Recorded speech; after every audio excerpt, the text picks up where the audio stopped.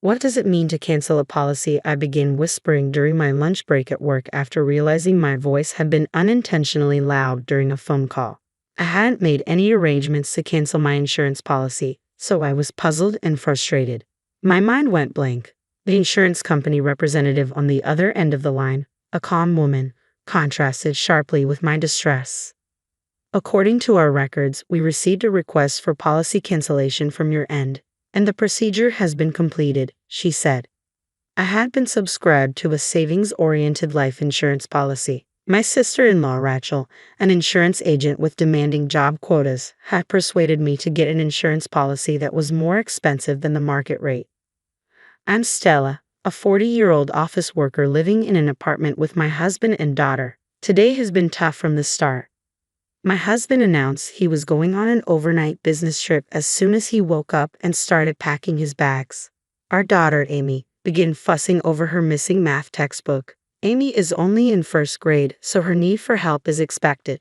But when my husband starts fussing about his missing travel bag and new socks, it can be quite a handful. I've been contemplating divorce for a while due to our rocky relationship over the past year, and this kind of thing just adds to the irritation. Why don't you both prepare the day before? I couldn't help but say out loud. Amy obediently apologized and promised to be more careful next time, to which I replied, "That's okay, honey. I should have helped you check it yesterday. I'm sorry." My husband, however, was different. Amy is still young. If you were taking care of everything, she wouldn't be in this mess. And if you had bought me new socks, I wouldn't be complaining like this. I was furious at his petty complaints. I had no idea about your business trip.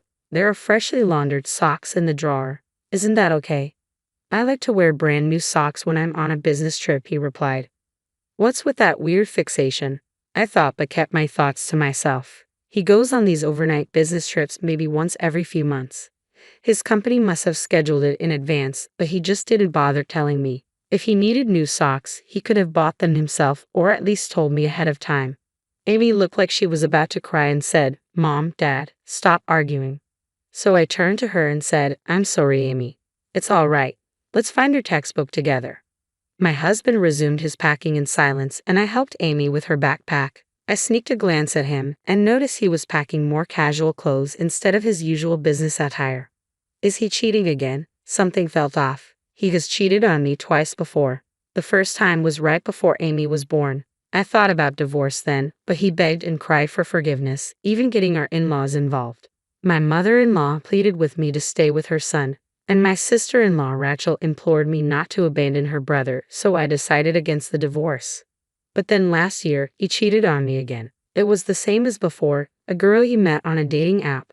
My husband is the type to blurt out whatever comes to his mind, and his actions are quite transparent. He thinks he's keeping his actions secret. As far as I'm concerned, it's almost as if he wasn't even trying to hide anything. In an instant, he's busted, and there he is again, apologizing profusely while weeping, even though he usually struts around with such arrogance. Seeing him crying with his nose running is just pitiful. I swear if there's another issue, we're done. I declared to my husband, made him fill out the divorce papers, transferred all of our savings into my account, and though I forgave him, any love I had has completely vanished. My husband always puts himself first. I can't forgive him for not caring for our daughter Amy or spending time with her, but I plan to endure until Amy gets a bit older before getting a divorce. In the end, Amy's math textbook was easily found inside her backpack. Amy left for school full of joy, but I was completely drained from the morning ordeal. I didn't have time to prepare my packed lunch, so I went to a deli near my office during my lunch break. That's when a poster from an insurance company caught my eye, and I suddenly remembered that my policy was the kind where you receive a celebratory cashback after a certain period. I think it should be deposited any time now. I'm paying a hefty premium every month. After all, without such little joys, I wouldn't be able to continue. I wondered what I'd use the money for once it comes in. I could buy Amy some new fall clothes. I was starting to feel a little excited. With a spring in my step, I dropped by the bank to update my passbook and found that not only was there no celebration money, but this month's insurance premium hadn't been deducted yet. That's strange. Isn't the premium supposed to be deducted the same month I received the bonus? Initially, I was simply baffled, but recalling my husband's shady actions this morning, I had a bad feeling and decided to call the insurance company. It turns out Rachel, my sister-in-law, was off for the day. Another woman picked up and filled me in, revealing the cancellation of my policy. She said the cancellation fee had already been paid, but I didn't see any such deposit in my account. The lady on the phone kept insisting that all paperwork was in order and that the insurance company had done everything by the book. It would be a huge issue if the policy was canceled without my consent. It felt like she was indirectly implying that the insurance company wasn't at fault. Let me make this very clear. I had absolutely no intention of canceling my policy. I'll check with Rachel and my husband, but you at the insurance company better confirm with Rachel too. I stuck it to them and then hung up. Before I knew it, lunch break was almost over. I didn't even have time to eat the lunch I'd brought from the deli, but my appetite was gone anyway, and I had other matters to attend to. I asked my boss if I could leave early, then I got down to completing the remainder of my work. I left the office a bit earlier than usual and immediately called my husband's cell phone. If he really was busy working and couldn't answer the call, that's just how it would have to be. Stella, why are you calling me? I'm at work. After a few rings, my husband picked up the phone, despite grumbling that he was at work. There was upbeat, merry music playing in the background. I wondered why my husband thought he wouldn't get caught. This is absurd. I'm sorry about that. Hey, my life insurance was canceled without my consent, and there's no cash value. Do you know anything about this? I'm thinking I might have been scammed, and I'm considering going to the police. What? The police? What the hell are you thinking? It was me, okay. I had suspected it was the work of my husband and Rachel, so I exaggerated my claims. My husband was startled and immediately confessed. I was somewhat relieved, but my anger began to rise. Oh really, it was you? Where's the cash value then? I used it to support my mom. Support? Did something happen to my mother-in-law? Did she suddenly need money? No, she just said she wanted to take a family trip to the holiday resorts every now and then. A trip? I was surprised at the unexpected words. You canceled my life insurance without my consent for something like that. You used it for travel expenses. The business trip was a lie. Yeah, I'm the beneficiary, so I don't see a problem. We're all going to stay in a luxury hotel. I'm in the lobby right now, and there's an amazing chandelier. Maybe he thought it was okay to open up because he got caught already. My husband bragged in an excited tone. What the heck? I have a complaint. I have a lot of complaints. Why did you cancel without my consent? I'm the one paying the premium for my own salary, right? You guys should be able to afford your own travel expenses. Oh, shut up. After all, if something happens to you, I'm the one who gets the money, so it's my money. You're healthy and you're not going to die anytime soon. You can just take out another policy. I can't understand my husband's arguments at all. The conditions change as you get older and the insurance premiums get higher. Do you really not understand that? Well, I'm not the one who's paying. I had a headache from my husband's irresponsible words. Do your parents and Rachel know that you canceled my life insurance without my consent? Didn't my father-in-law say anything? Rachel is obviously an accomplice. You and Rachel forged my handwriting and stamped it right. Well, yeah, my mom and dad were happy and said it was a good idea. After all, you're the one holding all our money, so it's all your fault. I want to take a break and have some fun once in a while. It's okay, right? We came on a family trip and everyone's happy. The family you're talking about includes your father, mother, and Rachel, right?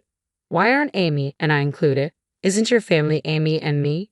Insurance is for emergencies, and I'd be happier if I didn't have to use it. Shouldn't you consult me first if you want to support travel expenses? Because you would definitely say no. You and Amy are always together, so it's okay to be with the family for a change.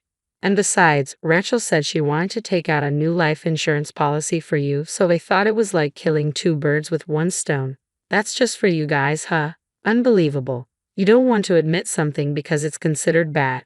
What an excuse. Aren't you embarrassed behaving like grade schoolers? You're making me not want to talk by getting angry like this. What a pain in the ass. If you keep up this bickering, I wouldn't mind getting a divorce. I bet you couldn't pull it off. Perhaps emboldened by being in a tourist spot, my husband sounded more assertive than usual. Understood. I hung up the phone. Brace yourself. I'll get back at my in-laws and my husband for all of this, I murmured to myself. My patience had reached its end. My husband had been underestimating me because I'd always forgiven him, even though he kept threatening divorce. I had thought my in-laws were normal people and Rachel wasn't a bad person, despite her insistence on pushing for a high life insurance policy. But normal, sensible people wouldn't unilaterally cancel their daughter-in-law's life insurance and misuse the money. This is what I get for marrying into this family. I'll cut them all off. I immediately headed to the court. I always kept the divorce papers my husband had filled out in my bag like a talisman. I submitted the divorce papers right away, then picked up my daughter Amy from an after-school program. On our way home, I told Amy about the divorce. Amy was surprised, but after explaining carefully, she accepted it. When we got home, Amy asked, "So Dad isn't coming back home anymore?" "Your dad won't be back tonight because he's on a business trip. We're getting divorced, so we're going to live separately, but we still need to prepare for that." "Then let's start packing right away. Hurry." "Huh? What's going on?" "Well, you're breaking up with Dad, right? You don't have to cry anymore. I don't like him because he's always mad." "Wait, Amy, did you always try to stop us from fighting because you didn't want me to be sad?" "Of course. I had intended not to divorce for Amy's sake, but it seems she had been putting up with the situation all this time.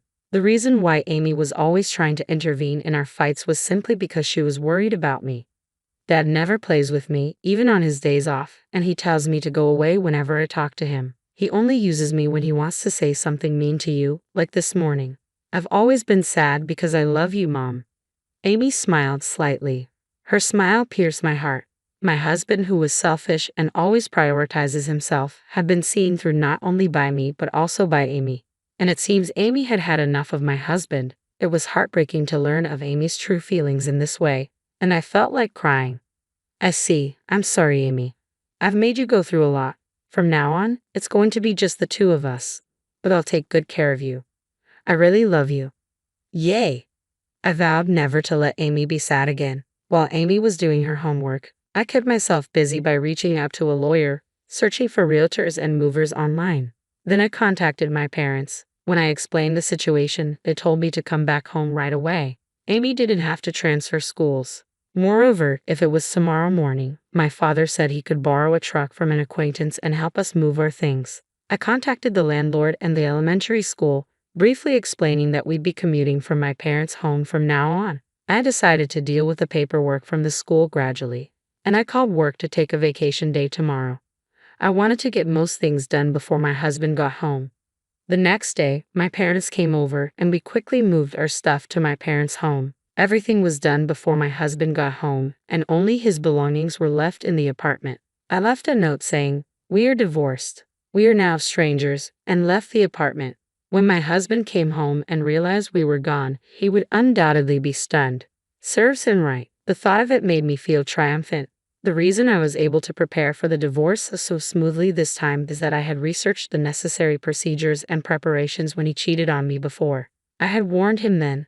Next time there will be no discussion. We will divorce. We had agreed that I would keep custody and all of our shared assets. In this way, my daughter and I started our new life at my parents' house. A few days later, I received a frantic call from my mother-in-law. My husband's phone was blocked, so I suppose she called me on his behalf. He is a weak man who cries easily despite his arrogance, so he might be crying pitifully. "What are you thinking? You're divorcing even though my son didn't cheat," she yelled so loudly it made my ears ring, and I instinctively moved my phone away from me. "Hey Stella, it's not too late. Apologize to my son right now. He's been crying because he's hurt. Aren't you embarrassed, making a big fuss over something like this?" "Huh? Apologize? Me? Why?" I couldn't comprehend her words and found myself blurting out, "Who are you?" "Huh?" She probably didn't expect such a response from me. She stopped speaking abruptly. I was surprised by my own words that just slipped out. "Hey, it's me, your mother-in-law. Come on, Stella, what's gotten into you? You can't possibly be going senile. You're still young." "No, I only have one mother. If you don't identify yourself, could this be a scam call?" I decided to write on my slip of the tongue. After all, we're strangers now that we're divorced, and there's no point in having a serious conversation with people who unilaterally cancel a life insurance policy. "Don't be ridiculous, Stella. If you're going to take that attitude, I have a few things to say too." As expected, my mother-in-law was furious, but I didn't care. "What are you talking about? Do you think you can do something?" I had an agreement with him that if there was any issue, we would divorce immediately. He told me on the phone that we were getting divorced, you know. My words left her speechless. I took the opportunity to press on. If he wanted to go on a trip, he should have just talked to me about it. Why did he have to commit a crime? Is your whole family looking to end up in jail or something? I think canceling life insurance without consent qualifies as forgery. You know that could lead to imprisonment from 3 months to 5 years?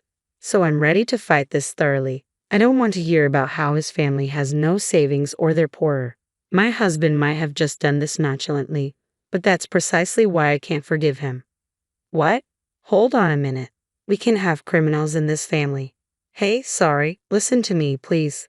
Perhaps surprised by the mention of imprisonment, my mother-in-law, who had been on a roll just a moment ago, suddenly became submissive. But it was too late. I hung up and blocked all calls from my husband's family. After that, my husband was so shocked by the divorce that he voluntarily left his job and became a shut-in. As for the life insurance, we use the financial ADR system, which resolves insurance-related disputes outside of court and successfully settled. Rachel, my sister-in-law, was disciplined and fired from her insurance company. It even made minor headlines. Because of this, the in-laws became the talk of the town and were shamed by relatives, being told things like, "You have no common sense and have some shame." It seems they were quite uncomfortable. Both my husband and Rachel have become unable to work and are in quite a financial crunch. I'm living freely with my daughter Amy back at my parents' house. I want to make up for the hardship I've put Amy through by showering her with plenty of love.